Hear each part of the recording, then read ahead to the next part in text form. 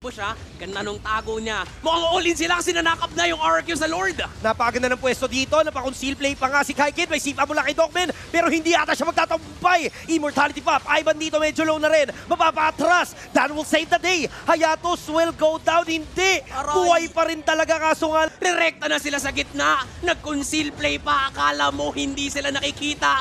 Enough na ba? Endable na ba? Falling Star mong gagamitin, trying to clear the minions.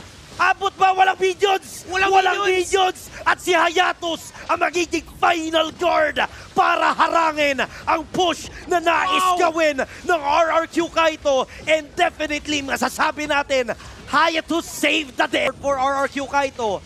Papalag ba? Final Slash will connect, pero andon naman yung talo ni Kaikid para makatras. Pero hahabol si Kal, nakabang nga lang si Aizu. Dogman trying to find a way na makakuha siya ng pick-off. Ivan. Kelvin, may ipit ka ba? Pero hindi siya yung may ipit dahil siya yung mangiipit. At ngayon maghahabol pa rin ang kaharian. Mabibigyan nila si Dan, pero okay lang daw yan. Ang kaso lang si Hayatos buhay na buhay pa din at walang makatunaw yata dyan. Pero nandyan si Kal to get the kill. Sahan ng 4 na miyembro ng RRQ Kaito kasama yung Lord.